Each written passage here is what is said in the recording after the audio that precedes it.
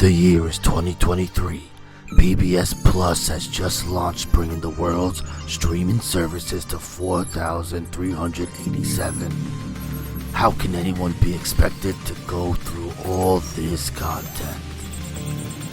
Fear not, loyal passengers. Captain Joe Shoes and his first mate Mez are here to travel through space and time to bring you the best nuggets pop culture has to offer. Strap in.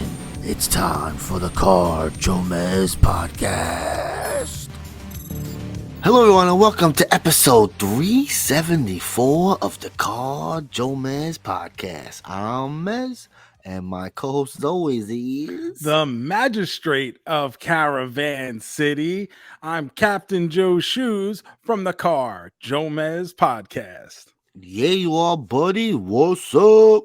Oh, Gomez, I had such a busy weekend. I really did. The Baron of busyness. But this isn't about me, Gomez, because the word on the streets, you know how the streets love talking to me. The streets be talking, bro. And they say, congratulations is in order to you. It seems like your family got a little bit bigger this weekend. Oh, yes. My little baby brother got married. It's pretty crazy to say that sentence out loud. It doesn't feel right, bro. It doesn't. He's little. What are we doing? It's crazy. When I met you, your brother was like 3 or 4 years old. So in my head, he's eternally 3 or 4 years old, still sitting around watching Blue's Clues. I got a picture, the picture when he calls me, well, not call, but text me, his profile on my phone. He's like probably 10 years old with a little Jets jersey. That's my brother there. But no, he's a man now. He's an adult. All grown up. This is crazy. We have a new family member, Kayla. We got a sister now. Look at this. Oh my goodness. So now do you get more presents now for Christmas and your birthday and shit? She's been around and we do that. We get gifts for each other. Christmas, we exchange. You deserve gifts. I deserve all the gifts, bro. All of them. This is really congratulations to you, not even your brother. Yeah, bro. I get more gifts now. Woohoo. And then I use my kid. Say you want this thing. Like if I want a game, Shiloh, don't we want that new Mario game? Go ask for that. I love it. See, having a kid's good sometimes, bro. Sometimes. 2%. It's very low. It's a very low percentage. Oh, but no, it was good. It's good. I was the best man, Joe. I had to give a speech. I don't know if you know what it's like to be a best man. I might have a little experience with this, yes. Yes, this is my first time. I didn't think I'd be a best man because I don't see a lot of my friends getting married. So I was like, hey, whatever, I hate to break it to you, but you would not be my choice. That's fine. Because I fully plan on having Scott Steiner to be my best man. Listen, I'm sure there's plenty of people. Scott Steiner is definitely someone. Who am I to say, no, Scott Steiner, you cannot. No, of course. I would love to see you try. I would love to see you tell. You know what, Scott? If that is your real name. Back of the line, pal. Meanwhile, you would be taking away the opportunity for all of my guests to hear Scott Steiner cut a promo about being my best man. That's a good man. I should have got Scott. Why didn't you think of this idea? Oh my God. I had this idea. I just wasn't giving it to you when you got married. Damn it. I've had this one up in the old noodle for a long time. Scott Steiner is an excellent choice. I'm not going to lie, bro. Oh, I'm jealous. I think I'm going to get remarried. Right? People do that. when you renew your vows, yeah. Yes, that's good. We're going to do that soon. All right. We'll do that. The good old 13-year anniversary. Let's renew those vows. Are you going to be okay being so close to Scott Steiner? You got very nervous at Comic-Con when you saw. But I wasn't expecting Scott Steiner to be there. I was what? And it was him, and he had the thing on it. It was crazy. Like I said, it looked a little small, not small enough to confront for best man status, but it's a little smaller than usual. Thank you guys for listening to the JoeMeZ podcast. Remember to hit that subscribe button, leave a 5-star review wherever it is that you're listening to this. Follow us on all the social media at JoeMeZ. We are on Threads. We're all having so much fun on Threads, Gomez. And Gomez and I are on Blue Sky, which really don't even count for a hill of beans, Gomez. Everybody was in such a rush to get over to Blue Sky, and there ain't nothing going on over there. If you guys signed up for Threads, because it's easy, right? You signed up for Threads. It was easy. Yeah. It's a push the all button. you have to do, transfer your Instagram stuff. Very easy. Yes. And you're like, oh, well, this is meh. You can't even imagine what Blue Sky. Threads is like the Discovery Zone compared to Blue Sky. Threads is woo, bro. The problem with Blue Sky is everyone's excited. It's like, oh, I need an invitation code. Oh, okay. And then it's like, not even that. Like you can't even. It's so difficult to find people. You can't just search like a topic or whatever and be like, oh, the Marvels. No, then it just comes up with people who only have that in their name. Oh, this is terrible. I don't even. You can search topics like when you get on, but then you got to like add new discussion points and stuff. It's just, that's like a lot of work.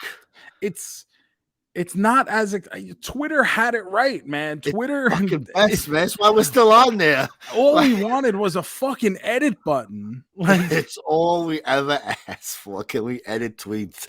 I don't want to go viral with 15 typos. Please let me. Oh my god. All we ever wanted was a fucking edit button. Jesus Christ, people. And now you ruined it. Now no one could see your tweets unless you pay. And apparently soon we'll all be paying if we decide to keep on. Would you pay to keep Twitter, Gomez? No. Yeah, me neither. No. Like, I love it. It's my favorite. I'd be sad to see it go. But even for $1, what am I doing? I don't need to pay $1. I've been on Twitter so long. I was legitimately in my 20s when I had it. Yeah, bro. Twitter was the shit. My goodness. The old wild, wild west of those early Twitter days. You can still get naked on that shit. It was great. So, what are you talking? All I see is porn and Cheech and Chong chewables. That's all I see. The Cheech and Chong chewable. Every 3 tweets, I get a fucking Tommy Chong chewables ad. Bro, it is insane. How much money are they spending on advertising? They might be the only advertiser left on X. Now that you think about it, I really don't see any other ads. Like, I really don't. So it might be they got a good deal. Oh my goodness. Gomez, let's get right into it. Hit that breaking news music. Breaking news. Oh, Joe, what's going on this week, bro? First off, I want to give a shout out to our double main man, Joey Hudson, because following last week's episode, he got really taken into the story about my weekend with the mistress and her pets, and he walked around his whole house screaming for an entire weekend, hot Floridian sex, Gomez. It's good. That could be a shirt, maybe, Joe. I think there'll be a hot seller. That should be a shirt. I'm gonna have George work on that. Anything is feasible when I hire George. Love it. But man. Gomez, as we record this episode, it is back at select McDonald's. I'm assuming it will be at all of them after its going away tour last year, right? The last ride of the McRib. It's back in stores. It is the most overrated fast food item. The way some people talk about the McRib is just like it's the coming of Jesus. And at best, it's fine. It's fine. It's a mid to bottom mid-level Marvel movie. It's got the great marketing behind it. You could only get it once a year. Well, not even, right? For a while, it was gone for several years. Now it seems to be a yearly return. If that was permanently on the menu, no one would give a fuck. That's the thing, you know. But it's not good. I've enjoyed it more when I tell them to put extra sauce, like when it's real saucy. But it's okay. But yeah, without it, it's not that. I just checked my app. It's not available yet for me. I guess maybe by the end of the week it'll start. I've seen people are already getting it. They're very excited. Like our double main man, one of the Council of Jeffs, Jeff Manalia is, when I put it out there for questions today, he said, how about this for breaking news? It was already on my list. Jeff is way too excited over this. He loves this shit, bro. He loves that McRib. Yeah, I'm not gonna. I won't even like if they were doing a going away tour and they brought it back so soon. They should at least like revamp it, right? Let's do something. Let's snazz it up a little bit if you're gonna bring it back. What do you do with it? I don't know. Put a slice of cheese on there? Maybe a different sauce. Oh, try a different barbecue, with a new special barbecue. Something like that. Maybe like a dry rub McRib, like a hickory. Yeah, like something more. Like real barbecue-y, like a real, I love like a smokehouse or something. Yes, like that. That's what I mean. Yes, sizzling sweet. Like the Arby's does. Make it special, baby. Also coming out soon in January, JoeMeZ. I'm excited for this. Ooh. If you guys follow youtube.com/JoeShoes, my food review channel, you know that I am I like to test all the coffee creamers. I'm a big coffee guy when I'm sitting at home on the weekends, trying all these new creamers. And Coffee Mate JoeMeZ is going to give us a team up with our friends at Eggo Waffles. Oh, yeah. It was like a maple waffle thing? Waffle and syrup coffee creamer coming in January. JoeMeZ, you think you're excited? Feel these nipples. Oh, baby. It's not something, I don't drink coffee, but I would try something like that. That is something I'm interested in. I have a Pop-Tart right over there, the Eggo waffle Pop-Tart flavor. I haven't tried it, but it's over there. So I am interested in waffle flavored things because I love a good waffle, right? I had the Eggo flavored Pop-Tarts. They're okay. Is it flavorful? You don't really get the. I would say it's a little demure. I would like a little, like I want it when I get these things. I want like oodles of flavor. You know what I mean? Isn't that our complaint most of the time? Right? Most of the time, it's not as flavorful as it should be. I want to be overwhelmed by the flavor. Like make me without a shadow of a doubt know that I'm having a fucking waffle flavored Pop-Tart here. Exactly. I close my eyes. I take a swig. I know exactly this is that. Yeah, I agree. That's my biggest thing with a lot of the coffee creamers I have. So many of the ones, so many of them always kind of taste French vanilla-y to me. Like a lot of the sweet creams or the Italian cream, whatever. It's just like, oh, it's French vanilla under a different name. Yeah, maybe a little one's a bit sweeter than the last, but for all intents and purposes, it feels like French vanilla. And it's like, no, if it's a sweet cream, I want lots of sweet, extra sweet. Give me that sugar, baby. Last thing I got, JoeMeZ, Popeyes has a new chicken sandwich on the menu. It's already out. I missed this completely. Popeyes Truff chicken sandwich. Truff, Truff. They are a brand of spicy mayo that is now being put on this chicken sandwich. Give the already awesome chicken sandwich a bit extra kick here. Interesting. For my money, that Popeyes chicken sandwich is the GOAT. It's pretty damn good. It is. It's a little more expensive now. It ain't $3 no more. It's not anymore. $6 now, but it's still cheaper than the other things, and it is good. This is something. It's been a while since I gotta go out of my way to kind of have Popeyes. Yes, Popeyes are pain in the ass. So, but I'm interested in going out of the way for that though. I like a little spicy mayo. It is. I'll put down the list. I do. It's just maybe if I'm like in the area working or something, I'll try to. But just by my house, I don't like the Popeyes by my house. It's always a disaster. There's always an issue with this. So I got to go out of my way to the other Popeyes. So it's a shame. Isn't that a shame when something's so close? You're like, but I can't go to that. That one's the worst. Yeah. I hate that shit, bro. Exciting stuff there, Joe. I got some news, Joe. We got. Well, you know what then? Hit the breaking news music. Breaking news. Yeah, baby. You hit us with the food news. I got some entertainment news here, Joe. Ooh, I like to be entertained. Yeah, after we recorded the podcast last week, the strike officially ended. There's no more actor strike. Get out. You mean they're going to go to work? Finally, they thought they were probably off for the holidays. They're like, God damn, son of a bitch. We got to cancel that Christmas vacation. Back to work. Oh, baby. I'll be honest. I'm surprised it ended when it did. I really thought this was going to go through the new year. 100%. I thought it was lasting to the holidays, but I didn't remember the full details, but it seemed like the actors got a lot of what they were looking for. It does seem that way.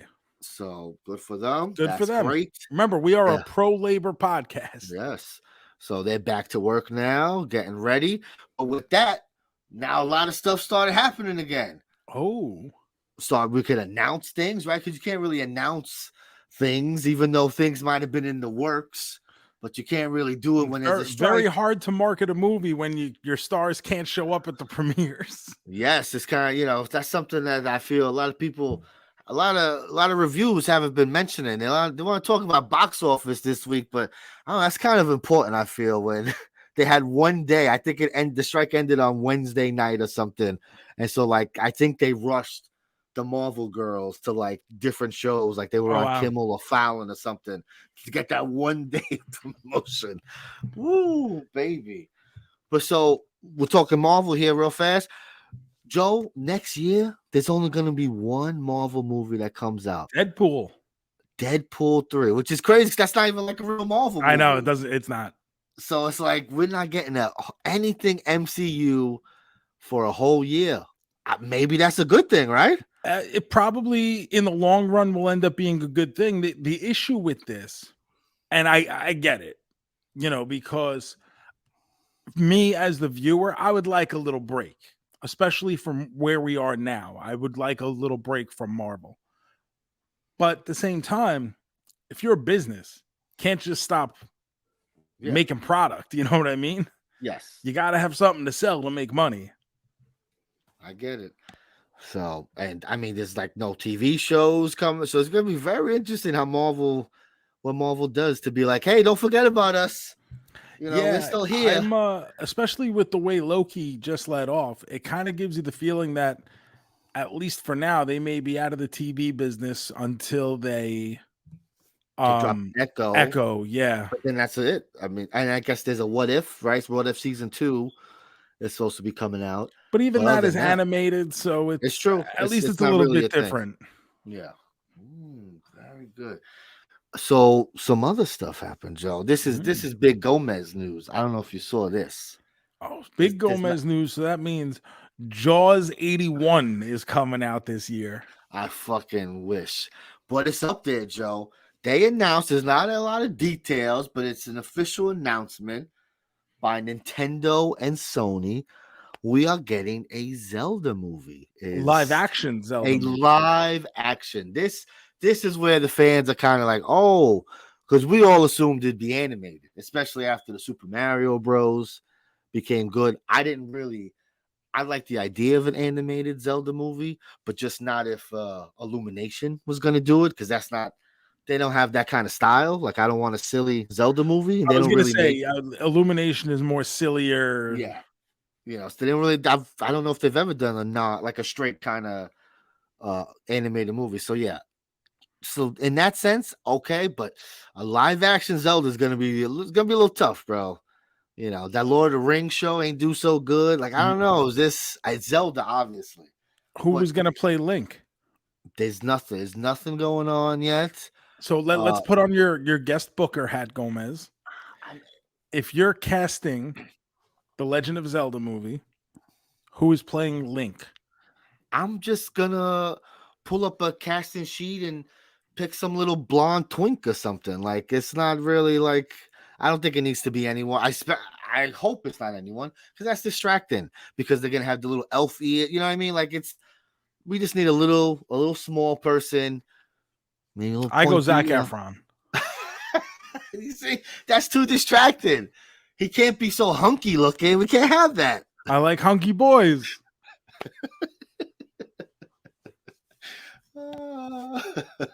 Listen, obviously that wouldn't hurt, right? To get a star to play one of those roles there. But I would think they would go on just name and just like, this is a Zelda movie. We don't need to have nobody. Maybe the princess could be someone famous, you know. But like the actual Zelda, the person Zelda, is a side character basically. She's like, you know, right? Like she's not there. Like she's just there. So it really don't matter who plays Zelda. Yeah, but at least like, oh, you can put him on the poster. It'll look good for when you go. Because if you have a movie with all nobodies, I mean, does that work? Even though it's a big. Well, who's the IP? big heel? Ganon, right? Ganon is the big heel. Okay, he's who plays Ganon? So I mean, it'd be like a CGI, I would think, because he's big and scary. Yeah, I would think so. I would get Jack Black to do the voice. You could do that. Sure. I would get Chris Pratt to do the voice of Link. Oh, baby. Let's talk about Chris Pratt. Did you see, Joe? He got vaccinated? No, that's not happening. There's a new fucking Garfield movie, bro. I don't know who was asking for this, but a trailer dropped today. Chris Pratt is the voice of what are we doing, Hollywood? Why are we obsessed with Chris Pratt doing voices? I mean, he was better than I expected him to be in the Mario Brothers movie, so sure. But Garfield is a very distinct kind of monotone. I just don't know why we're doing Garfield. Like, I don't know what in the world is requiring a brand new Garfield movie to be made. It has to be one. It's probably a studio, right? If they don't make a Garfield movie, they lose the rights. It's always that bullshit. And then it's got to be right. It's a cat. So like Shiloh was into Garfield. We showed her the Garfield movies that came out, I guess in the mid 2000s. Bill Murray, yeah, the Bill Murray Garfield, and she loved it. She was into it. Oh. She watched some Garfield and Friends, and there was like also like an animated Garfield after that, I guess around that same time. So she was kind of into Garfield for a while because she loves cats. So I guess, right, that's what they're hoping for. Oh, kids will just go because they're cats. Kids love cats, animals. Talking animals. You're supposed to love this, bro. Yeah, I don't know what changed in me because as a kid, I liked Garfield enough. You know, I'm not going to say Garfield's I was a full-blown Garfield fan. But man, like I see Garfield now, I'm just like, you lazy piece of shit. With your fucking lasagna and your Mondays and your fucking pussy whipped owner John. His ugly face. When I saw Chris Pratt, I said, oh, he's probably going to be John. He'll be the John character. Nah, I'm Garfield, bro.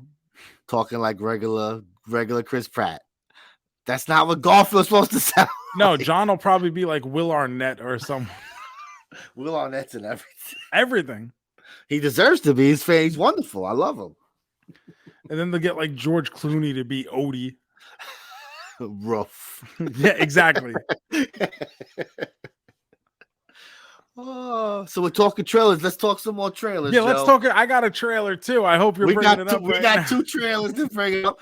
We're gonna talk about this one, folks. Who's ready for Ghostbusters: Frozen Empire? So look, it opens, and I did see the trailer because it came across my news feed, and it starts off with "Cruel Summer" by Bananarama. And now I'm excited because this song plays very heavily into one of my favorite movies ever, The Karate Kid. Yeah. So when I hear this song, my mind immediately thinks I'm watching a Karate Kid clip.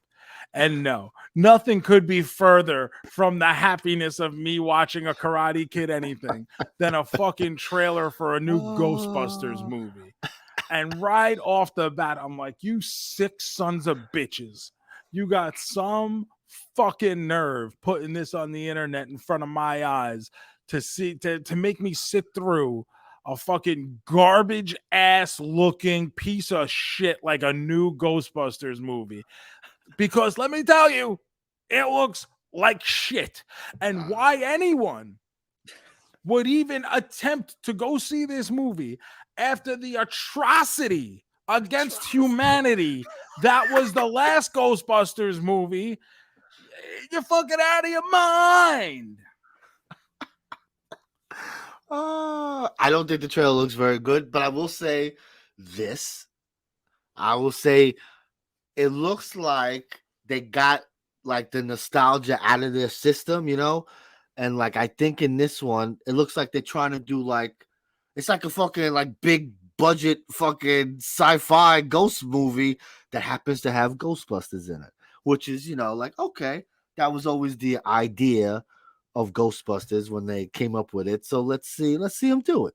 I'm putting this out there right now. Here we go. I am not going to see this movie. What? Bro, you have to. No, Bro. I don't, because I'm not rewarding poor filmmaking. I will pay for your ticket. No, so you won't. Do not, because bro, I don't know. They do not deserve money from my butt in the seat. And we, as a podcast, you can go see it. We will not be talking about it here. We're not giving the fucking shitty ass Ghostbusters any more pub than they deserve. We're going to sit here and talk about Amazon Prime documentaries instead that week. What if they bring back Ecto Cooler? They did, so then something good would have come from this movie, Joseph. That was one of the best things that came from the Lady Ghostbusters. It was the best thing to come out of Lady Ghostbusters. That movie is criminally hated on for the wrong reasons. No, I'm not going to sit here and tell you it's great, but it's fine. And I would have seen a sequel. It's fine. Deserved a sequel. Yes, it's better. I'll take this over Afterlife. I would take the Lady Ghostbusters. 100%. Because at least they were trying something. I will even go a step further and say that Lady Ghostbusters is the second best Ghostbusters movie. I don't think that's correct. I know a lot of people be hating on Ghostbusters too. I always liked it because I was a kid, and the ooze and the painting and the Statue of Liberty and shit. So like I always enjoyed it, but I mean it's not the best movie at all. No, it's not. Oh, the first one, I still like the first one. I always loved it. Hey, growing up. I was never the all hail the Ghostbusters kid. Like it was never like my main thing, but I certainly liked it. Yeah. Yes. It was always just a fun thing. Like, Ghostbusters on. Let's watch Ghostbusters. You know, not, oh my God, I need all the toys. Well, let's talk about a happy trailer, right, Joe? We got a happy trailer now? Yeah, bro. He-Man, Masters of the Universe. Masters of the Universe, Revelations, I believe is the name of the show. Revolutions now. Revolution. Oh, I think the last part was Revelations. This one is Revolutions. Oh, is part He-Man 3 will Jesus? be Remorse.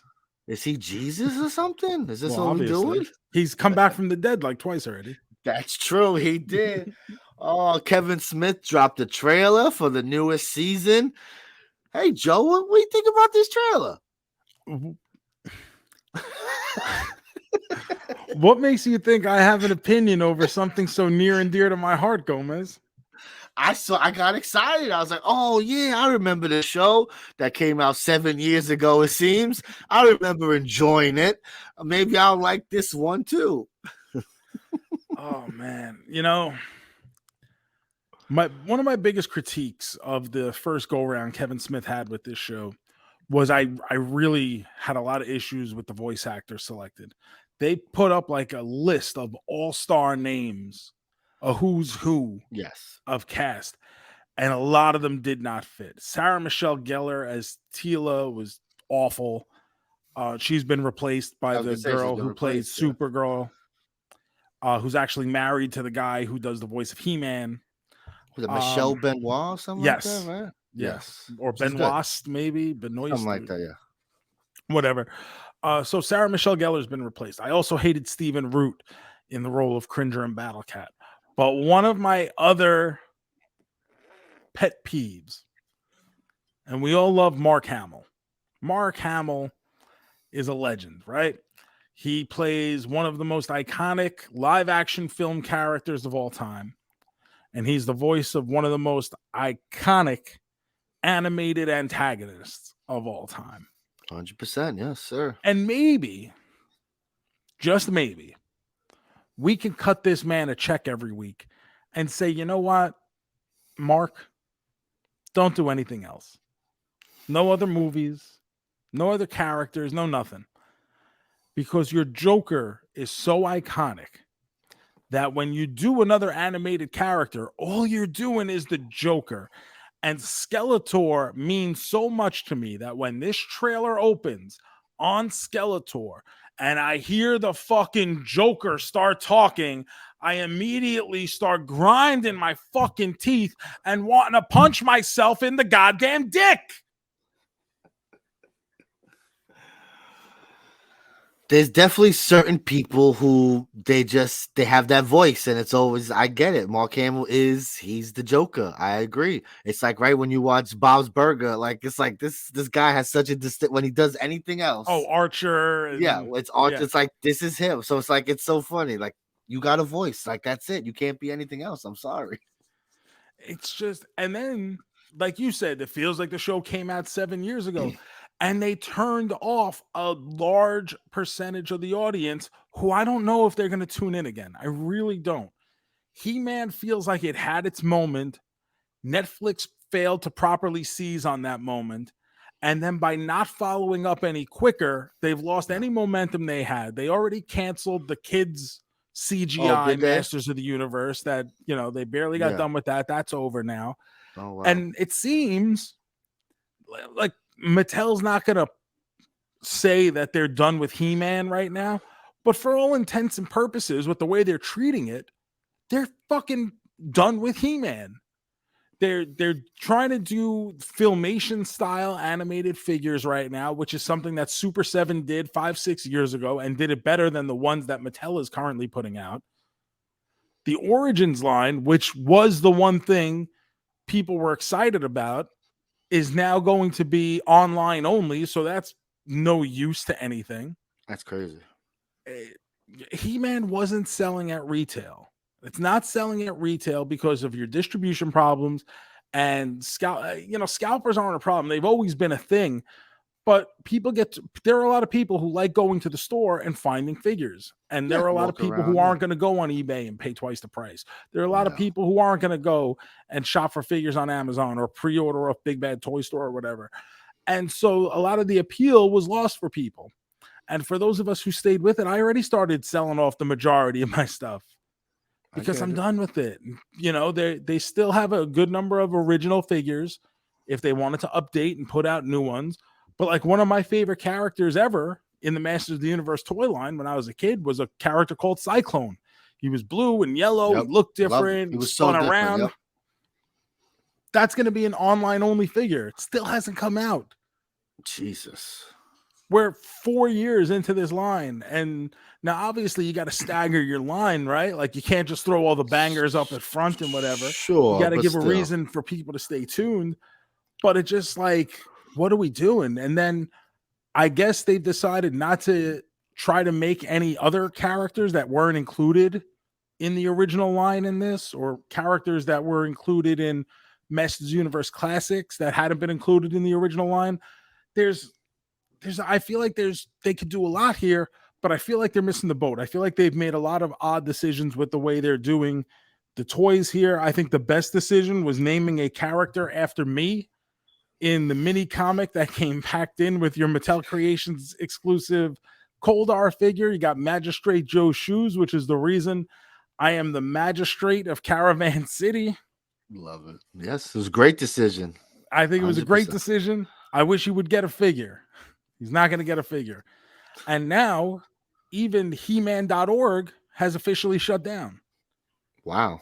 Now, their website and news portion had shut down a while ago, but He-Man.org is really what kept the fandom alive for all those dark years before, 2000X kind of came back, and then, for all the years in between. Yeah, there's a lot in between, yeah.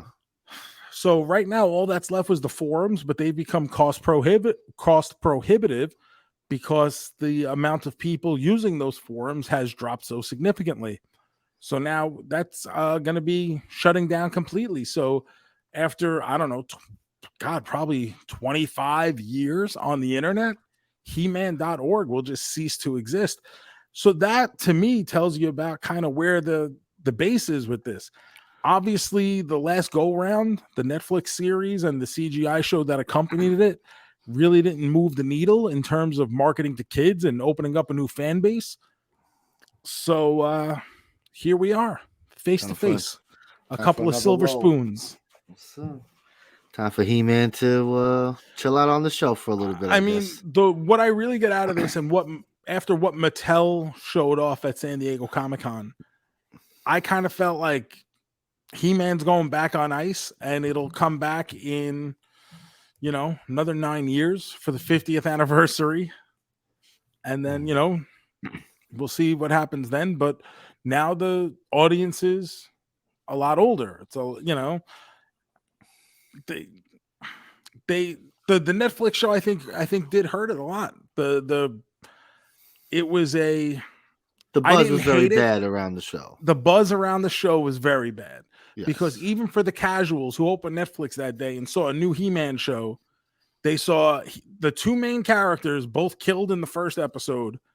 And then when Netflix cut it off after 5 episodes for part 1 and then didn't release part 2 for another couple months, they weren't tuning back in for part 2. 100%. It kills it. I don't. We said it when it first happened. The moment, it's like I was into it, and it's like, I totally forgot what had happened. Like it's just, I don't have time to rewatch episodes like that again. So no, and then as someone who's a He-Man fan and obviously going to rewatch this thing multiple times, it doesn't rewatch well. You get your Easter eggs here and there that, and I was somewhat complimentary toward it when we originally watched it and we did our episode on it. But man, going back now, I'm just like, yeah. I tried watching it a couple weeks ago. I just, you know what? I don't want to do this. So what would Mattel focus on now then if He-Man's taking the back seat? I don't know. I mean, they have Hot Wheels. Hot Wheels ain't going anywhere. They have WWE. They have Barbie. So, I mean, but I don't know. I don't have an answer because I haven't really sat to think about it, about what to do differently. I would love to see a new series. Sure. But a smartly written new series. The style of animation they use. I was gonna say, do you want like a throwback kind of thing? Do you want He-Man to do something new? Or do you just want Eternia? I wouldn't mind a new series. Like I don't want to rehash of the same stories. I want to build upon what has already been set as canon. Sure. Like if you watch the 2000X series, which is available on Amazon Prime now, streaming for free. Nice. If you watch that series, it retells the story of the origin of He-Man in a little bit differently of a way than we had already known in the 80s, but it doesn't like shit on the lineage of it. And that's what I want. I don't need you to be exact. You can tell me a new story. Just don't shit on what I already hold close to my heart. You know what I mean? I'm okay with you changing stuff. And that's what I assume people want out of the Marvel movies. If you grew up as a big Marvel fan, you're okay with changing things around. I know there's people who aren't going to be happy no matter what. Yes. The comic says this, and this. Okay, like not everything translates. Yes, exactly. But at some point, just don't shit on the source material. As long you feel free to change it, just don't tell me like, and this is fucking stupid. And with Kevin Smith's Motu, when you go back and watch it, I feel like a lot of what he's doing is like, winking and nod, like, hey, this was pretty silly, right? Yeah, that's old comic book movie bullshit. Like that's the old, like, we're a comic book movie, but look how silly this is. Yeah, no one wants that. Exactly. We don't want to be made fun of for liking what we like. And I don't know how really involved with this show Kevin is. I never got the vibe that he was a big He-Man fan. Even when he would speak about it, I'd be like, this sounds like some guy who just like is finding out. Like I'm sure he knows of He-Man. He's a big pop culture guy, but he was probably too old for He-Man when he was a kid, like legitimately. Yeah. So a couple years old. Yeah. Like what does He-Man really mean to him? He's a big comic book guy. I know that because all his movies are about fucking guys who read comics. But the same way he wouldn't want to, the things he loved to be shit on in a Superman movie, just show a little respect toward my He-Man. Hear that, motherfuckers? Show He-Man some respect or else Magistrate Joe Shoes is coming to get you. But yeah, I'm not looking forward to this series. I think they did themselves a big disservice by having it take this long to get this season out. It should have already been going into a show like this. When they came in and they said it's going to be 3 chapters, revelations, revolutions, rambunctious. Who gives a fuck? Should have already been written at that point. You should know where you're going, where you're ending up. The story should have been written as, even don't stop working on it. Yes. You should have banged it all out and then you stagger it. And then you stagger the release. And it's just, I don't know. I don't know how TV gets made, but I know it shouldn't have taken this fucking long to do 10 episodes. I feel we complain about that growing up, things came out the same time every year. September, you went back to school, new shows came out. The beginning of the year, you get mid-season stuff. You go, oh, look, there's a new show. But you knew when shit was coming out, Then it started like with The Sopranos, right? That was the first time when it was like, oh, we took 1.5 years off this time. Oh, we took 2 years. But the thing, too, that gets me is like, our sitcoms that we grew up loving, that were getting the big ratings on the network television, they were popping out 22, 24, 26 episode seasons. Yes. You're telling me you can't pop out 10 episodes? 10 fucking episodes? It's that difficult that it takes you 3 fucking years? It's crazy, right? Shows have gotten shorter and come out even longer in between. It's true. It's wild. I don't know. Maybe. So I feel like all the momentum is gone. And I think 100%. Netflix obviously doesn't release their numbers, their ratings, their viewership, so we'll never know, but I can't see it doing well. I hope we get the 3rd part just for the sake of ending the story. But because there was no release date or nothing. It was just like, hey, coming soon is this part 3. That was the thing too. They dropped the trailer with no information around it either. It was just like, hey, don't forget, there's a part 3 coming. I was like a reminder, right? Like, hey, please don't forget about us. Oh, goodness gracious. I'd be annoyed too, bro. I get it. They're fucking your baby up here. It's bullshit. And the thing is, I'm not one of these rape my childhood people in a lot of circumstances. Even when they did the Karate Kid movie with Jaden Smith, I just didn't see it. Until you guys listening forced me to have to watch this movie. So good. But go ahead, make the movie. It doesn't mean I have to watch it, and it doesn't 100%. Go back and ruin the memories I have. No. But He-Man's different for me. And it's just, I want to be able to still enjoy He-Man. And I don't want to actively disregard He-Man. Listen, I think it's okay because you don't do that with everything. When you do that with everything you love, that's when you're like a lunatic. But if you have one special thing where it's like, no, this has to be, that's okay. That's all right, but I also don't want to be like one of those guys like we always talk about, like what group of people hate Star Wars the most? Star Wars fans. And I don't want to be that guy when it comes to Masters of the Universe. I get it. With wrestling was a very big part of my life for a very long time.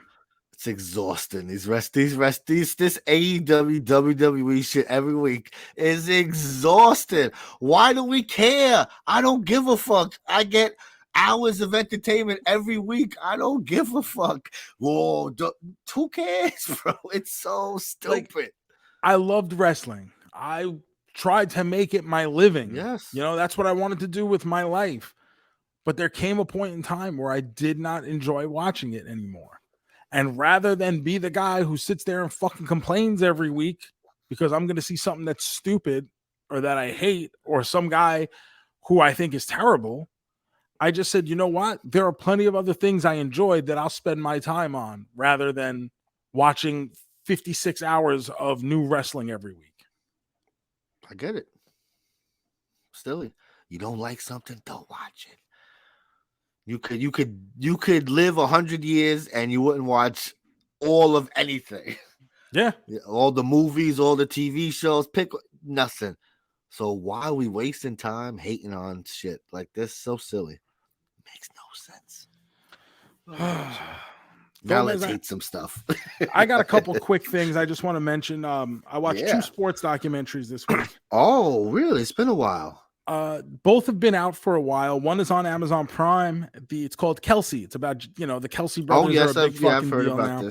this. Really centers around Jason Kelsey, the center for the Eagles, and his wife, and Travis is featured prominently in it. And it turns out that they're filming at a great time because the Eagles meet the Chiefs in the Super Bowl. And what a fucking perfect timing, bro. It's like some shit is so like, come on. And like, don't get me wrong, like I don't listen to their podcast, but enough clips come up in my suggested feed because they are very popular, where I'm like, both of these guys are rather engaging. And now Jason from the Eagles was just listed as like one of the sexiest men alive. He's like a runner-up for People magazine. One of the finalists, yeah. And people are like talking like he's got that good look where he's sporty. He's got a nice personality. You could tell he's a good dad, whatever. Yes. I think his wife is awesome. I'm a big fan of Jason Kelsey's wife, Kylie. So funny. I'm like, and she tells the story in the documentary that they actually met on Tinder. Ooh. And he fell asleep at their first date. What a first date, bro. Where was that on the list? Like they met at a bar, like was the meetup point. Terrible. And he ends up falling asleep, and the next day calls her. It's like, can we redo that? Like, I'm really sorry, whatever. And then the second date went much better. But yeah, I think this is a lot of fun. The Kelsey brothers, both of them, very engaging, very charismatic, very good characters. They play well to the camera, but you don't feel that they're playing to the camera, which is why I think they're both having the kind of success they have right now. And why they're both setting themselves up for nice lives beyond football. So a lot of good stuff there. I would recommend it to anyone who's interested. I think it's a very cool story. And then because it's told from Jason's point of view, you deal with the agony of losing the Super Bowl, afterwards. That sucks. The other one I watched is on Netflix. It's a 4-part documentary called Beckham. Oh, okay. So I'm a soccer guy. I don't follow it as even half as close as I used to, but I grew up playing soccer all the way through high school. I had a scholarship to go to college and all that. And I'm, really, really good, just like everything else I do. But David Beckham was pop culture, man. David Beckham crossed that line. He went from being just an athlete to being a genuine superstar. And then he's married to a Spice Girl. He's playing on all these, the World Cup and all this. This is an interesting series here. I recommend it. I liked it. I enjoyed it. I don't know that I've ever watched a documentary about an athlete who loves their sport more than David Beckham. Really? Wow. That's a high praise there. And it's not like he's sitting there banging you over the head with, I just love football. I love football. I love football. It genuinely seems to have been his life. And he kind of feels like he's struggling when he's not a football player anymore, or when he's coming down to the end of his career and he just can't be that guy anymore. His entire life was spent being that guy. Yes. And he has a hard time realizing or like trying to move on. And he seems like he's okay. He's got, this nice house, and he likes to cook, and he's like OCD when it comes to cleaning. So he's like scrubbing every inch of the countertops as soon as he's done. Like the documentarian walks in the house. He goes, "Oh, this looks like you never even used this kitchen." He goes, "I just cooked here last night." He goes, Crazy. He's like, "I just make sure I leave it clean."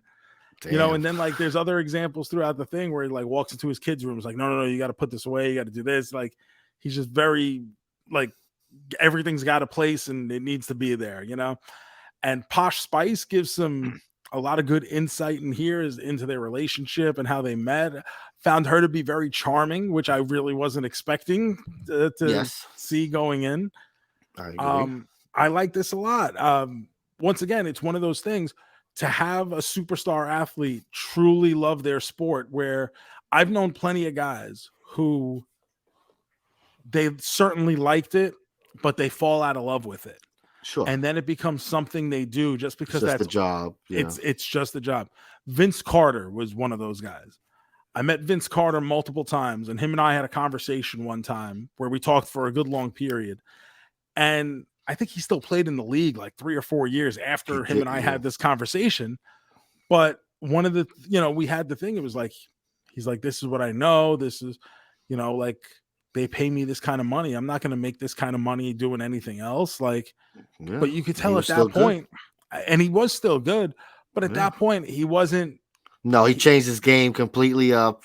He was not the same Vince Carter, but he was still effective. But it was a total different. He wasn't Vinsanity. No, he was not even close to it. He was, your playing smart old man ball. Your journeyman old man, Yep.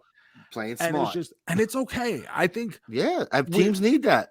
But not even just that. I think it's okay to fall out of love with things. We fall out of love with lots of things. We fall out of love with people. We fall out of love. Like I said, I fell out of love with wrestling. Yeah. Sometimes you have to realize that these things don't define who you are as a person.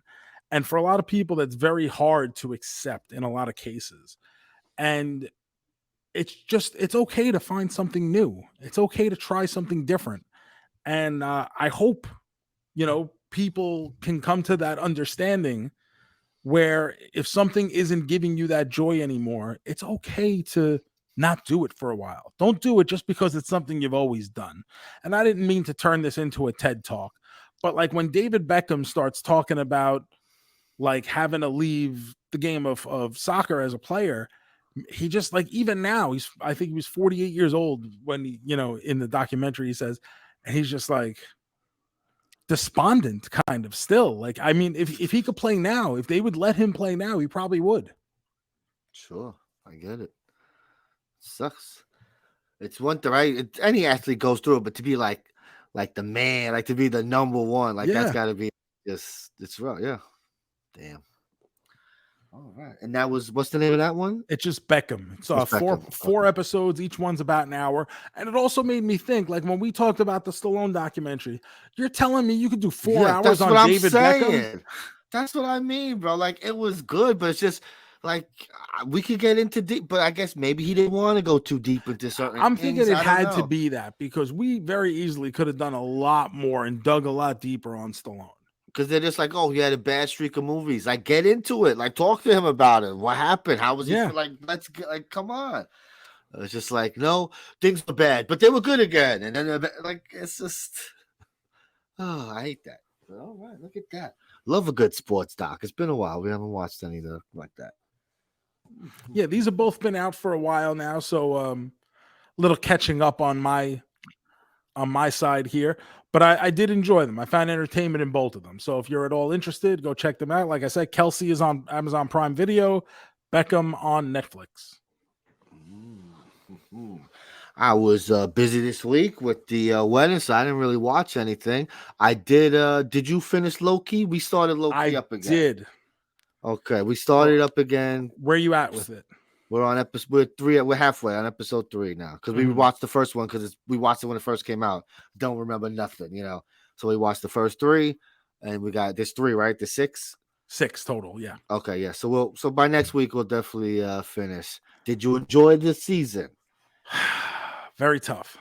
Not tough, not tough as a watch. Tough to kind of grade and give an opinion on. Short answer. I would say no. Okay. I would say the show is too convoluted. Okay. I think there are some good performances. I think there is some dynamite character work.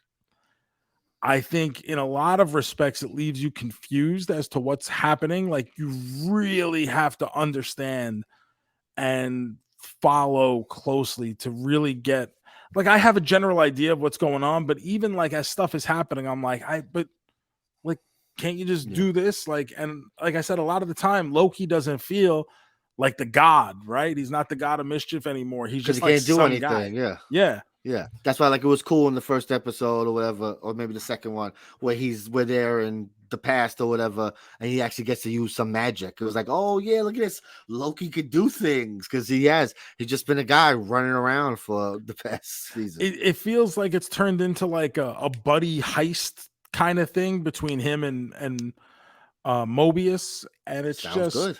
like that kind of stuff. Like I said, the character work is good. There's no characters in this show where I'm like, oh, that person sucks. Or no, like I enjoy the characters. It's just the way Marvel is trying to reset these timelines is questionable. I'm at the end of the day, I definitely enjoyed it more than Secret Invasion. I did not enjoy it more than Miss Marvel, but I would put this above Captain America and the Winter Soldier. I'd probably put Hawkeye over this too, just because the show just ties you up, and you're just like, well, sometimes you're just completely lost as to what's going on, and you'll see as you finish these last 3 episodes out that it's just sometimes like, okay, I guess, like, sure, whatever you say, Loki. Yeah, I'll write it down to remember to bring this up again next week. Get the long answer from you. But speaking of Marvel shows that lead into something bigger, JoeMeZ. Oh, yeah, baby. We went to the movies this week for the first time in a little bit. It's been a while. And we saw the #1 movie in America. Whoa. Taking home a grand total of $47 million, the lowest opening weekend in MCU history. Crazy. The Marvels. It's crazy. Now, previously to this, nothing had ever done lower than 50 million. This edged out the Incredible Hulk, which did 55.4 million its opening weekend, and then the first Ant-Man, which did 57.2 its opening weekend.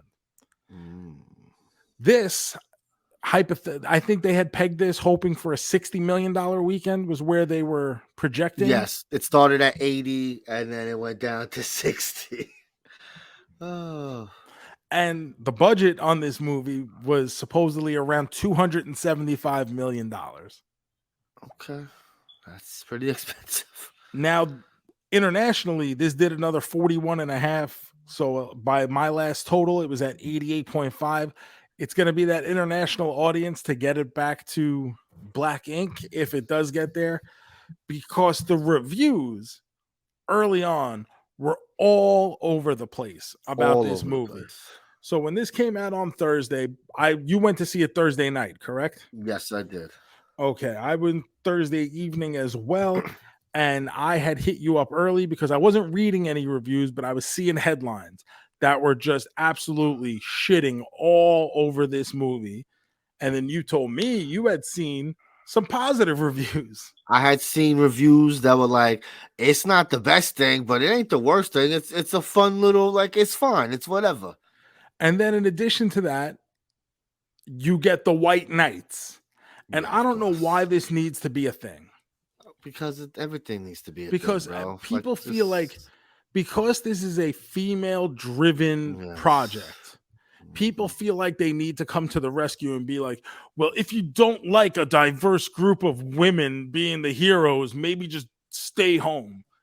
And I don't understand that. No, you want people to see this fucking movie, go see the fucking movie. We don't need you to fucking stand up and defend Marvel. You know what I mean? Yes, they don't need your defending, bro. They'll be okay. Now, both you and I really enjoyed the Miss Marvel show. Yes, I thought it was fantastic. I thought that girl was fantastic. I thought the girl and her family were outstanding. They're very engaging, right? Like you feel like you like, especially us growing up in New York, they could have been our neighbors. That's how I felt. 100%. Yes. 100%. Like I feel like they were like my friend's family from school, like picking them up after class. You know what I mean? I agree. Yes. You know, the older brother who's like kind of being, snotty to his little sister. Of course. The parents who are just overprotective. 100%. Like, I mean, I feel like anyone can relate with those personality traits, right? Yes. And in this movie, we get the story of Carol Danvers, who gets her power entangled with those of Kamala Khan and Monica Rambeau, forcing them to work together to save the universe. Yes, quick to the point. No details there, but that is the gist of the movie. You don't really need any of the details there. So this is technically a sequel to Captain Marvel from a couple years ago. It is the first time in the MCU that the sequel does not have the titular character's name in it. Crazy. Yes. Movie made $1 billion, but let's not call it Captain Marvel. Like, it's really crazy. Now, at the same time, Captain Marvel, I would rank pretty low on my list of now 33 MCU releases. 100%. I would say it's probably in the late 20s, probably. Yeah, somewhere. Definitely in the bottom third, definitely. Yeah. Just a matter of how low do we go. I'd really have to look at the list. Obviously, we feel like we do this list whenever they release a new movie. Yes. you got to re-rank it. Got to do your rankings, bro. Now, one of the biggest things here is how many people actually watched Miss Marvel to have an understanding of what was going on in the opening few minutes of this movie. I saw a lot of like reviews and tweets that were like, "This was my first introduction to Kamala Khan." I saw a lot of that where it was just like, I don't know who this girl is, which I guess it would help if you knew who she was, but I don't think it matters all that much. I feel like they did a decent job of kind of explaining it for those people who didn't watch it, but I feel like if you have watched Miss Marvel, it definitely enhances, especially the first act of the movie. Yes. Now, if you haven't seen WandaVision, you would have no idea who this girl is. You were like, who the hell is this person? So that one, I don't know how they explain that, because they were like, oh, you got powers now? Yeah, I went through a witch's hex, and it's just like, what the fuck happened? So, yes, that one would be confusing. I get that. Even then, when you say, like you just said about Loki, like we watched one episode, but like, I don't fucking know. Like, I can't be going back and watching all these. WandaVision was 3 years ago. Yes, it's true. So, even if you did watch WandaVision. Yeah, I didn't remember. I remember she got powers, but I was like, oh, yeah, that's right. She walked through the thing when she wasn't supposed to. But it's like, that's not the first thing that comes to my mind. Not at all. I'm just like, oh, she is who she is. And it's like, yeah, I remember she got powers. Yeah, I just... It's true, bro. But this is what they wanted. This is the world they built. So this also is the shortest MCU film to date at 1 hour and 45 minutes. Beats Thor 2 and Incredible Hulk by 7 minutes. And you know what? Okay. That's in favor of this movie. So we heard a lot of things back and forth. We get a kind of upbeat, good-natured, silly in some places film of these three, the Marvels, right? That's what we're calling them, the Marvels. Their powers get entangled because of some force throughout the galaxy that is being used by the Kree, and now they are teleporting basically whenever they try to use their powers, and they got to figure out a way to work together to take down this evil Kree person who terrible villain. The villain was, I mean, I know we always talk about bad Marvel villains. This is like bottom of the barrel, nothing to do, nothing. So I'm just going to say I went in unexcited to see this movie. I've kind of been shitting on it in the preceding couple of weeks here. Sure. Early reviews I'm reading are pretty negative. So now I'm like super like, oh God, like this is going to drag, whatever. This movie is not bad.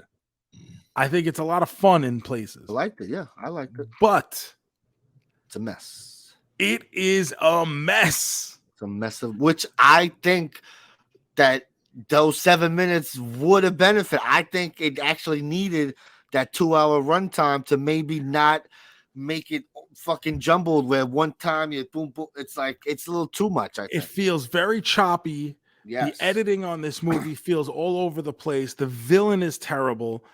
the backstory of once you find out Captain Marvel's reasoning for like why she is so ashamed of herself. So silly. And there's this, so there we get a scene where she's retelling the story of having destroyed the Kree's supreme intelligence. Yeah. And how she thought she was doing the universe a favor, and instead it just makes things worse. But as she's telling it, Brie Larson,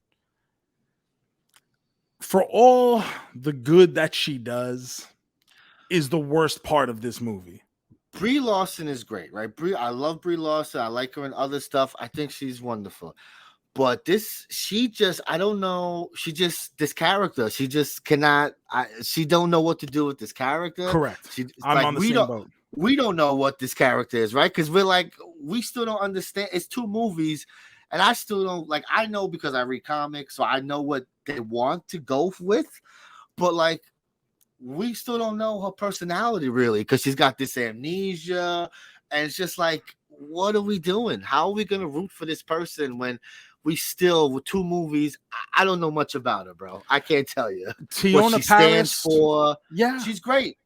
Tiona Paris as Monica Rambeau, great. Or good enough, whatever. But Iman Vellani, Kamala Khan, steals this movie. She is the movie. Without her and without the people who play her family in this movie would be borderline unwatchable. So I guess like this is where it comes down, right? If you think that little girl's annoying, you're probably gonna hate this movie, because that's the one thing that works is her character. Yes. So she's if you don't like it, fan. She's oh my God, I can't believe this is happening. But like, she understands she has powers, but now she's such a fangirl for Captain Marvel, and now she's standing beside her and she's finding out this whole thing. And great. But there is one scene in particular where Brie Larson is retelling, oh my God, I destroyed the Supreme Intelligence. I thought, and it is very much the vibes I got as I'm watching. This is supposed to be a serious, poignant moment in this film. And it took everything in my being to not lose my shit and laugh. Because as she's saying, and I just made things worse, and I ruined that. I started their civil war. It felt so much like Hayden Christensen as Anakin Skywalker. Just be like, and I killed them, Padme, even the younglings. All of them. All of them. They deserved. That's all. That's the whole vibe I got. And I was like JoeMeZ said, whatever it is that Brie Larson is doing with this character of Captain Marvel, it ain't working. It's not working, babe. We love you, but just I thought she was a good choice when they announced it. I was like, oh, okay, I think she'd be a good, but I don't know if it's just the scripts and like I don't know. She seems very wooden. She's very stoic. I don't know if they're trying to make her like the intergalactic Steve Rogers, like the low key, like, But her character is usually like, she is like that, but she's also like, you can't tell her she can't do nothing. You're like, hey, you can't. Oh yeah, she's like, she's got a chip on her shoulder, like always out to prove that she could do things. I don't get that in these movies. Like, I don't. That's not the character I get. So I don't. I mean, I would be surprised. Like, you think we're gonna see her again? I think at this point, and I also think we're between a rock and a hard place with the character of Captain Marvel, because she's so powerful, right? That they actively would be the strongest. Actively wrote her out of Endgame. Yes.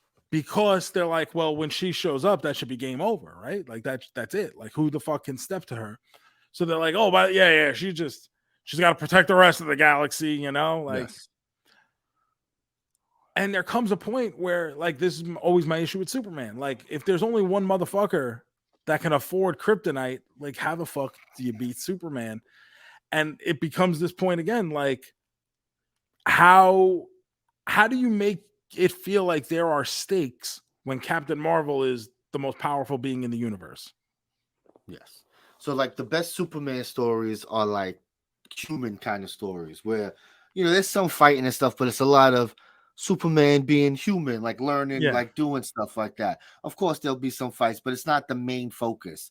So that's the problem with these movies where you have someone so powerful and you just want to do these big ass action scenes. You know, you got Man of Steel. Well, he's got to fight something. You got to go through buildings, right? Because they're so big and strong and powerful. And it's just like, bro, this is not. And now because of that, right? Every DC movie, they're in a fucking desert because they can't have mass destruction now because people complain.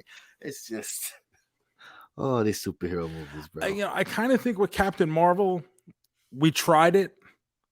It's not working.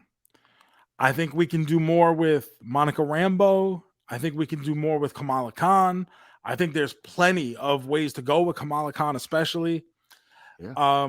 I think Captain Marvel kind of needs to go back on ice for a little bit, or become like the Hulk, where we don't get.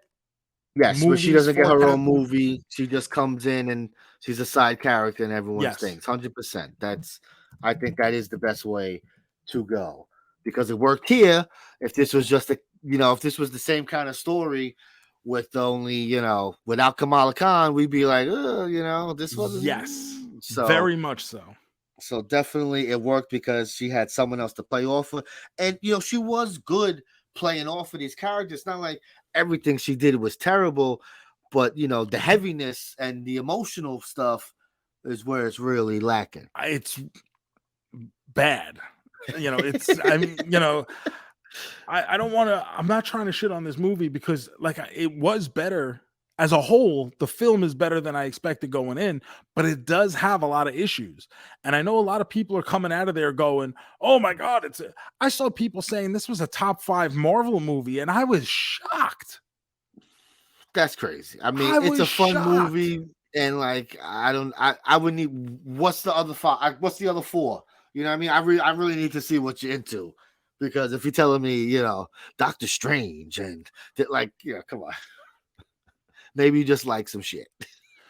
Now, is it better than a lot of the other Marvel offerings lately? Probably, because Doctor Strange and the Handful of Dicks wasn't great. Ant-Man 3 was not great. Everything's been to okay. There's nothing, I like Shang-Chi more. I was gonna say Shang-Chi, probably the last one where I was like, I had issues with it, but I still found it pretty decent. I mean, the third act is a disaster, but what else is new? But everything up to that point was pretty fun. I will say this. How about this? I feel, even though the villain was bad in this movie, that the third act isn't terrible. This is actually a Marvel movie where the third act is not terrible. And I agree. It actually is better than because the beginning's a little crazy, and then when they all come together, that last half of that movie is really enjoyable. Because it doesn't feel like just a mishmash of just all sorts of insane CGI. Yes, because there is no big bad. There's a battle, but it's not like this big dramatic. They come and they fuck this bitch up. They're like, "What's up? Get these hands, bro." Here's the thing too: is with the with the way the movie ends and the way we get this solution, where Monica Rambeau's like, "Well, how about I just make her promise to go start your son up again? What if we fix the problem?" And it's like, Captain Marvel's been sitting in space for 30 years. Exactly that. It's like, all she had to do was punch the sun, and then when she knew things were worse off because of what she did, killing the Supreme Intelligence, all she had to do was go back. Make it right. And I fucked up. She couldn't have done that decades ago.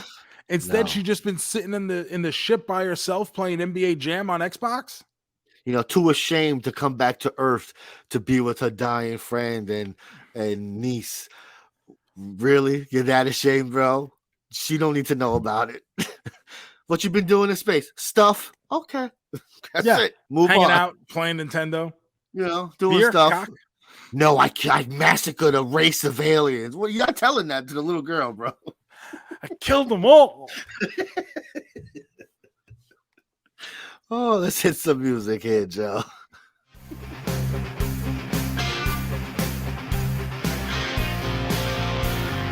Are you a man? A double main man? Are you a man? A triple main man? A man? A quadruple main man? Are you our man? Are you our man? right, Joe. The Marvels. Where does this fall on your main man standings? Tough movie to grade. I get it. There's a You lot of know, bad. the good is good, Yes. but the bad is real bad. One of the things I did notice in this movie, it completely ignores everything that happened in Secret Invasion, which 100%. That did not exist at all. did not. And I was kind of surprised because I didn't realize like there was enough time to kind of ignore the Yeah. events of Secret Invasion. I would have thought that this movie would have been in the can, long before. They do last minute edits, baby. And maybe that's why a lot of this stuff makes no sense when it comes to the scrolls at the end. Maybe it was longer. We get like 3 minutes of Valkyrie just being like, "Oh, don't worry, I'll pick them all up and take them to new whatever, New Asgard." Yeah. It's just, I think that's a plus. By the way, I don't mean that as a slight. Yes, ignoring everything from Secret want Invasion is a good idea, and if hopefully that'll help more of this story going forward to further ignore the events of Secret Invasion. Right, the thing was fucking awful. This movie would be unwatchable without Kamala Khan and her family. I believe that 100%. Monica Rambeau, I enjoyed. I thought she was perfectly fine. Once again, I hate saying it, but Brie Larson, just whatever the case, this is a big miss on Marvel's part with the casting. At the time, it seemed good, like JoeMeZ said, but for whatever reason, whether it's the writing, whether it's just the actress herself, they are unable to figure out a way to make this character work and be engaging and make you feel for, something for this character. It feels very wooden, very bland. She's not given off anything to really latch onto. And I think they're really going to have to reevaluate how they use this character going forward. At the same time, it's decent enough where I didn't feel like I just been put through the ringer at the movies where I was so happy to get out. When it was over, it was over. And I was able to go, could have been better, but it also could have been a lot worse. I'm going to put this right in the middle, a 2.5 main man, 2.5 stars. Yeah, I've been going back 2.5, 3 because like the stuff I really like. And I really like, I would watch it again. It's so breezy. I think that'll help the movie because I think people will give it a chance. Maybe when it comes on Disney Plus or something, they'll see that quick runtime. I think people are going to realize this ain't so bad. I don't think it's a bottom of the barrel Marvel, but there are parts that are bottom of the barrel. Like, it's pretty crazy. Like, you get a weird mix in this movie. When people tell you it's a mess, we ain't kidding, bro. This movie is a mess. And even when I got out of the movie, like I said, I've been seeing people who are really excited about how much they enjoyed this movie. And I honestly don't get that. I really don't. I also don't get the people who are like, "Oh, worst Marvel movie." No. Like it's not. It is not even. You have there's fun to be had in this movie. Like, it's fun. I thought Samuel Jackson was having a good time, Yeah. And I'm pretty, I've had my fill of Nick Fury at this point, especially coming off Secret Invasion. I thought he was good. The fucking that fucking killed me. Which, come on, bro. I thought the cats, they weren't like that whole scene at the end there. I was like, okay, this is a funny way to use these things. Because I wasn't on board with it before, but this was good. This is funny. And it was so comic booky because it was so silly and outlandish. Like, this was a fun time. So I'm gonna give it the 3. I'm gonna give it the benefit of doubt. I'll give it the 3. I think it's short enough that even though there's bad, the good outweighs the bad. So 3, check it out, folks. Come on. We did get 1 mid-credit scene, 1 post-credit scene here, or 2 mid-credit scenes, depending on whatever your definition of these is. The first is a scene with Kamala Khan waiting at the home of Kate Bishop in a callback to the Samuel L. Jackson, Tony Stark scene where he says, let me tell you about the Avengers Initiative. We get Kamala Khan sitting there, and she says, "Oh, I bet you didn't think you were the only kid superhero out there." Yes, baby. So she's recruiting Kate Bishop. We got the appearance from Haley Steinfeld, who was in the Hawkeye show. So here we go. How many people are like, who the fuck is this? 100%. Because I'll tell you, right? There's two credit scenes.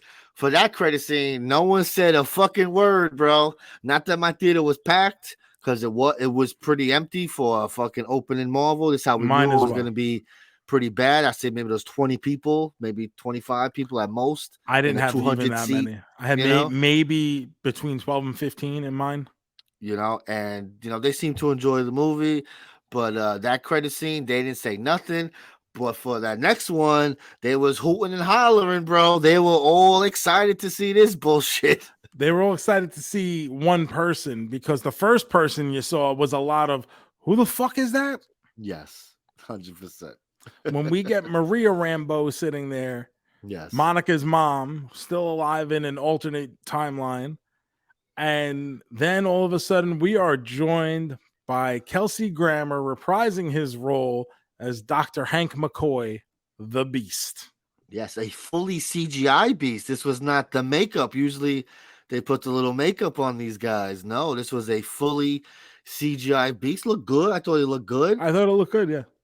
But I don't know. I guess I don't know. We still doing Fox stuff? Is this to wrap up this Fox universe bullshit? I don't know. Obviously, whatever timeline she ended up on is on the timeline with one of the Fox movies. We don't know which one. So I figured to be continued. I figured we get an X-Men thing because of Kamala Khan is supposed to be a mutant, inhuman mutant, whatever they decide in this week. But no, it was told. I was like, I think we're probably gonna get some X-Men, like maybe Patrick Stewart will come out and like try to recruit her. I figured something like that. But then this, I was like, okay, because then they revealed that Monica Rambeau is this version of another Captain Marvel kind of. Maria Rambeau, excuse me. Yes, like she's doing an alternate version of like a Captain Marvel kind of thing. Unless you know the suit, because they did a accurate suit, you have no clue what the fuck's going on, and that's how it ends. What's she called? By I forget the name of it. It's like a one-word title, and it's just like, what is she? I was gonna say biopsy. I know that's not it though. It's something because she switched it. Like, it's some bullshit. So I don't know. I also thought if we didn't get that, I thought maybe I had a feeling they would do something with an alternate timeline, but I figured this would be how you do Fantastic Four, because the whole Fantastic Four is that they're supposed to be the only superheroes for a while, Gotcha. So to be like, oh, we're on this timeline where we're the Fantastic Four. What? There's no other people. It's just us. So I don't know. I'm getting nervous, bro. It's Fantastic Four. Either way, I think this is worth the watch. If you're on the fence about going to see this movie, I would say go see it. There are a lot of worse ways to spend your money than going to sit through this movie. And obviously, if it was just plain bad, we would tell you that, but it's not. Real fast, Joe. I read that MCU book. I got it. It was good. It was interesting. I'll say I liked the book a lot because it was like a time capsule when they were talking about things. So they'd be like, "Oh my god, I remember that this happened back in 2012. Like this was the big rumor. This was the thing like that." So that was fun. The one thing I just wanted to bring up, because we talked last week about the rundown and The Rock. How much money did The Rock make? You said like 13 million, 12.5 million, $12.5 million. How much did Robert Downey Jr. What did he make for Iron Man 1, Joe? Oh, geez, what could it have been? $1 million. 500,000. His career was that low, and Marvel meant nothing that they did that, right? So okay, he made half. Okay, sure. How much you think he made for Iron Man 2 now that it was a big smash hit? 10 million. 10 million exactly. Oh, really? So okay. the Rock made more money still in his first big, this is my shit. Crazy, bro. How much did he make for Endgame? I think 30 something million. I Like thought it was 50. Oh, it could be. It might be, but it was definitely it was over 30. It was a lot of fucking money. It was a lot of fucking money. He's made a lot of money playing Iron Man now. So don't feel bad about that 500,000. Yeah. Turns out that was the best investment in himself he could have ever made. Oh my goodness. So this week there's a bunch of movies coming out. There's a new Hunger Games movie coming out. We're big Hunger Games people here. We'll see it eventually. I mean, I've never as in seen my any house, of them actually. they're pretty good. I read the first book and then I watched all the movies and I enjoy them. It's a good story. This is a prequel. This is like the villain of the Hunger Games movie. This is like his story, how he came to power. Okay. The book's supposed to be good, and supposedly the movie's supposed to be good, so that's exciting. There's a big horror movie coming out this week called Thanksgiving, directed by seen Eli a lot of Roth. publicity about this. So if you remember Grindhouse, the double feature with Quentin Tarantino and Robert Rodriguez, and in between the movies, they did fake trailers for movies that did not exist. One of the trailers was Thanksgiving, directed by Eli Roth. So now, over 15 years later, 20 years later, is it that long now? I think it was like 2020. I think 2005 maybe for. Oh man, it might be a little. I'm not sure, but it was in the mid 2000s at least. So it's getting close to the 20 years. So now he's directing a full length version of that horror trailer. Interesting stuff. And then the third movie, Trolls, baby. The return of NSYNC. Woo! We got our tickets for Thursday night. I'm not going to see it. You don't, but I would assume that the Trolls movie will make more than every other movie made this weekend, because the Marvels was a big disappointment at $47 million. But the number 2 movie, this was one of the steepest drop-offs I've ever seen since we've been kind of clocking this. Five Nights at Freddy was number 2. Like we said, it had a monster opening week, but it's been on streaming, whatever. So how many people really going to see it now at this point? $9 million. So from 47 to 9 as the second place movie. That's crazy though, because Five Nights at Freddy been out for 2 weeks and it's still on Peacock. So that's crazy. Kids are crazy. It's up to a theatrical take of 127 million. Insane. Wow. So that's it for movies. We ain't gonna go to movies, but there's 2 things on streaming this week that we should write down that we're probably gonna check out. The first is there's a show on Apple TV. I know nobody's got Apple TV, but this interests me. It's called Monarch. This is a Godzilla TV show. It is about, remember in these new Godzilla movies, there's like the agency, Monarch, like they track the monsters and all this shit. Okay. So it's a show about this. I've heard from multiple people, yes, it's a show about the humans in the Godzilla world, but you will see Godzilla, you will see monsters, like you will see these things. Mm-hmm. It's not just like, oh yeah, there's a monster 100. No, they interact and stuff like that. Supposed to be good. It stars Kurt Russell is in this show. Oh, and they do flashbacks, and his son plays the younger version of him also. It's very cool. It's supposed to be good. Check it out. And then this we're gonna definitely talk about next week, Joe, on Netflix. Scott Pilgrim Takes Off. The animated Scott Pilgrim comes out this week. Oh, what's that on? That's on Netflix. Okay. So definitely check that out. It makes sense, because if you go on Netflix right now, at least on my homepage, the Scott Pilgrim vs. the World movie is in the featured, showings right now. Getting everyone ready. Yes. So this is like a retelling of the movie comic, but with some differences thrown in. It's not going to be. But it's all the characters from the movie, but it is doing the voices. Everyone from the movie. I'm pretty sure everyone from the movie is back reprising, including old wooden Brie Larson. Yes, she will be there. Oh, good. So we got a busy week, but I think we need one kind of main thing to put it all together, Joe. What do you think? Do we got my wheel? We got your wheel, baby. Oh man, bring it up, JoeMeZ. The Wheel of Fortune is back. Oh, baby, we still got some bangers on here. Oh, what's it gonna be? Let's spin it.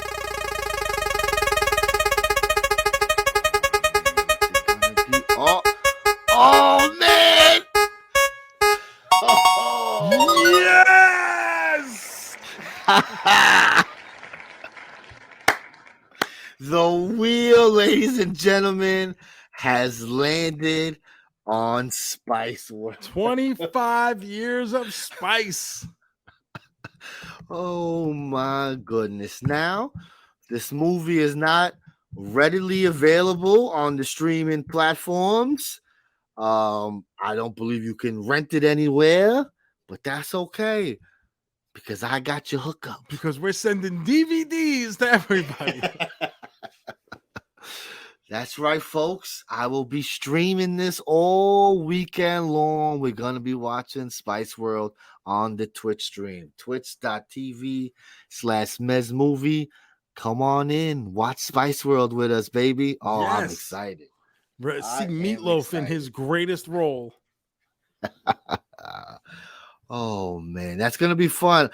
I can't say that I've seen Spice World. I mean, I probably, when it first came out, right? I can't think of in theaters. I saw it when I rented the DVD, and I don't think I've seen it ever again. It's been 20-something years. What do you say, 25 years? When you went to see Taylor Swift the Eras tour with the Swifties in your household, and you said, and people were dancing and they were sick. That was Spice World 25 years ago.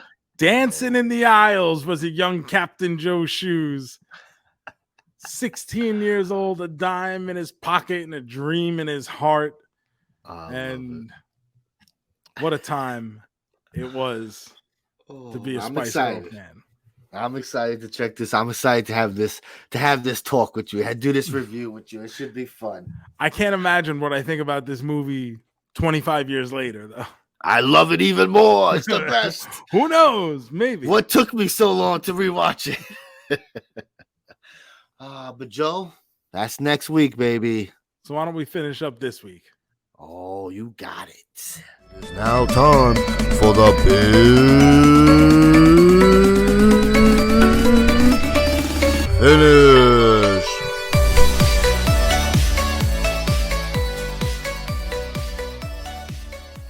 It's big finish time. Look at this wheel. It's dwindling down. I gotta replenish it. Yeah, so if you guys have any topics you would like to see covered in the big finish, feel free to send those over. Yes, anytime. I will throw it up in there. And let's see where we go this week. Oh, round and round. Oh, it's gonna be close. It's gonna be. Oh, here we go, Joe. Karaoke songs. What songs do you like to get down when you're singing your tunes? This will be fun. Here we go. This is so easy for you, right? I want to say JoeMeZ is number one. Of course. It is. It's my number one, bro. Then you go first. Song. My number one, Semi-Charmed Life. Woo! Third Eye Blind's a bang. That's a great song to sing when you're having fun with your friends. But you are the worst at singing it. Because listen, I know all the words. I can sing all. We know everyone loves the song.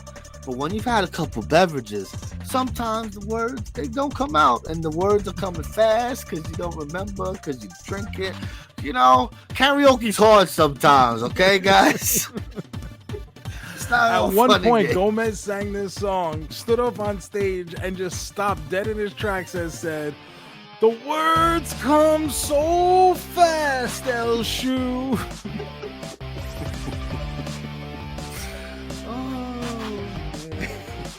For me, my number one song is "Jump in the Line" by Harry Belafonte. You may know it from Beetlejuice. You may know the cover by the Cherry Poppin' Daddies on the basketball soundtrack. I love that song. It's a toe tapper. It's great for a live audience. I sang it to my uncle Razor Scott Hall, and he looked at our buddy Damian Darling as I was performing this song, and he said, Hey, this guy is a star. So that's how you know it's good. Uncle Razor, seal of approval. Love it. I love it. Number 2 for me, I think I'll go with Red Hot Chili Peppers, Breaking the Girl. You know, you get a nice, Ew. Ew, what? That's a good song. Too slow for karaoke. Nah, not every song is supposed to be jumping up. Something you gotta. You're supposed to be upbeat. Every fucking song should be upbeat, happy. Yes. No. I'm not singing a Slit Your Wrist song, but you gotta bring it down sometimes. Oh, no, you don't. You're the worst. Disagree. Number 2 for me, Cher. If I could turn back time. It's one of those songs everybody jumps into right away. Love it. I gotta think, what would I be my third one? So I don't have a steady, I will mix it up because I also, you guys see what they got. Sometimes you go, oh, look at this song. So I'm trying to think, what's your third one? Well, I think for my third one. Third one, I feel like karaoke should have some kind of parameter set. Like, be kind of upbeat, kind of happy. I also think a good trait to have in a karaoke song is a song that people don't necessarily remember until they hear it and they go, oh, fuck, I remember that song, which is my number 3 choice, Flavor of the Week by American Hi-Fi.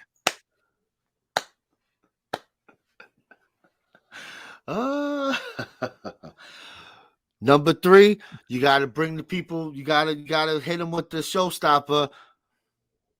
Skyscraper, Demi Lovato. You got to hit them, bro. You gotta do some not when you go to a concert, bro. You got to bring it down. But that's sometimes. Different. That's a concert. I'm going to a drinking event with a bunch of people who can't sing. I don't want to hear them try to sing meaningful songs. The fun part is the people trying. That's what karaoke is. I don't want to hear you fucking sing. Go fucking sing your song on. No, I want someone trying to sing, trying to hit the. No, I want people having a good time. Yes, do a that's little us disco dancing. You're having a good time going, I can hit that note. I got this. No, that's it's embarrassing. Embarrassed? Why? We're having fun with drinking. You could be the emperor of embarrassment for all that you've caused me today with these selections. Oh my goodness. Well, what songs you folks like? Please hit us up. Tell us what kind of songs, right? Listen, I'm not saying I want 10 straight songs of downers, but you gotta bring it down sometimes, bro. Come on. No, not a karaoke. Sing some Kelly Clarkson. You can sing Since You've Been Gone's an upper. It's like taking pure cocaine to the brain. All right. So we'll stick with those upbeat ones. My life would suck without you. You want to tell me that's a downer? That's great. It's sad though. She's singing some sad stuff. I'm not gonna sing Breakaway at karaoke. I mean, Moment Like This. What about Moment Like This? That's a good song, right, Joe? You like to sing karaoke? I don't think I would pick it there. Oh my god, folks, we need your help, folks. Please. That song I reserve for live event wrestling shows and the bedroom. Hot Floridian sex. Hot Floridian sex, JoeMeZ. Let's get out of here. Thank you guys for listening to the JoeMeZ podcast. Remember to hit that subscribe button if you're watching on YouTube or anywhere that you're listening. Remember to leave a 5-star review. Drop that in the comments. Tell us your karaoke songs and why JoeMeZ is completely off base with his selections. Follow us on all the social media at JoeMeZ. You can follow all my personal stuff at the Joe Shoes, youtube.com/Joe Shoes, and of course, prowrestlingtees.com/Joe Shoes if you'd like to further support. And remember, big Black Friday sale coming up, 20% off t-shirts over at prowrestlingtees.com/Joe Shoes. Ooh, very nice. I'm the JoeMeZ154, Instagram and Twitter, and Blue Sky, I guess I'm supposed to say. Well, you're actually the Gomez154.bluesky.app. Who the fuck knows that Blue Sky? And folks, don't forget the Twitch stream, twitch.tv/Mez Movie. We watching Spice World, and you know what? We'll watch. I think I'll throw some TRL stuff on there. Let's have some fun. Let's throw it back, folks. We're gonna have a good old time on the Twitch. Please don't forget to follow. Can't wait. I'm actually excited to rewatch this because I don't know if I ever saw it outside of the movie theaters. So this will be good. 25th year anniversary, Gomez. And they're going back on tour soon. So I can't wait for that. I want to go. I said it. I'm going to go. We'll go see the Spice Girls. But until then, let's make like Tom and cruise. Peace.